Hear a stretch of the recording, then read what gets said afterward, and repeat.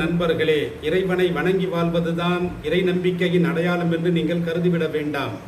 மக்கள் பணி, மக்கள் தொண்டு, மக்கள் சேவை இவற்றில் ஈடுபடுவதும் இறை நம்பிக்கையின் ஒரு அடையாளமாக இஸ்லாம் பாவிக்கிறது. நபி ஸல்லல்லாஹு அலைஹி வஸல்லம் அவர்கள் சொல்லுகின்ற பொழுது, இறை நம்பிக்கைக்கு 70க்கும் அதிகமான கிளைகள் உண்டு. அவற்றில் உயர்வானது லா இலாஹ இல்லல்லாஹ் என்று கூறுவது.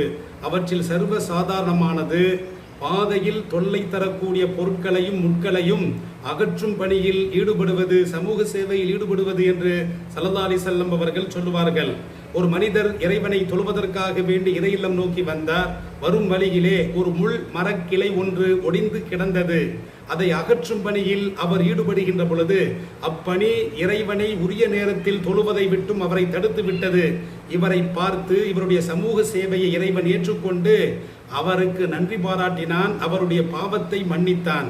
இதுதான் சமூக சேவை இறைவனை கவர்ந்து விட்டது.